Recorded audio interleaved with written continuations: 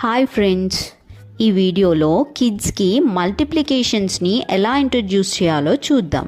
వాళ్ళకి టేబుల్స్ చదవడం కష్టంగా ఉంటే ఇలా లైన్స్ డ్రా చేసి యాక్టివిటీ రూపంలో చెప్తే వాళ్ళు చాలా ఈజీగా చేయడానికి ట్రై చేస్తారు.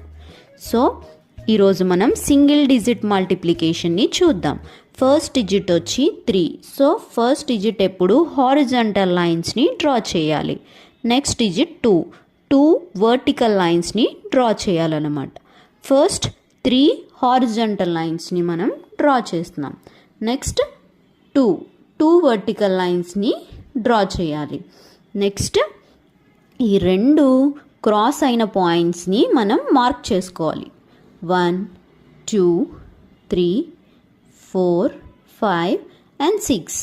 1 2 3 4 5 and 6. Total cross అయిన పాయింట్స్ వచ్చి 6.